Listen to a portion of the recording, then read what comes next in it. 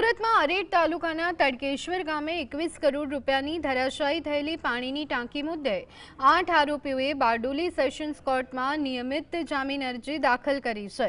Police દ્વારા sessions કોર્ટમાં affidavit રજૂ કરવામાં આવ્યું છે, જેમાં ડીવાયએસપી દ્વારા અલગ અલગ 19 મુદ્દાઓને જોડી વિગતવાર રજૂઆત કરવામાં આવી।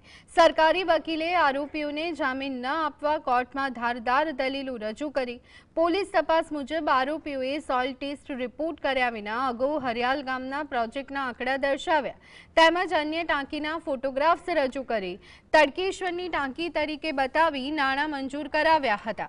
વધુમાં આરોપીઓએ ડેપ્થની ઊંડાઈ 3 મીટરની જગ્યાએ 2.5 મીટર રાખી નાણાંની ઉચાપત કરી હોવાનો આક્ષેપ છે।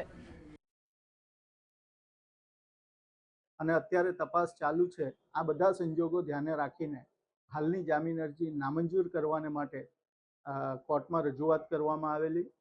સાથે ડીવાયએસપી બીકે વનાર સાહેબ છે, તેમણે પણ વિગતવારની એફિડેવિટ 8 આરોપી વિરુદ્ધની કરી અને 8 આરોપીના શું પુરાવા છે એ પણ કોર્ટમાં રજૂ કર્યા અને હવે 21મી તારીખે ચુકાદો રાખવામાં આવ્યો છે।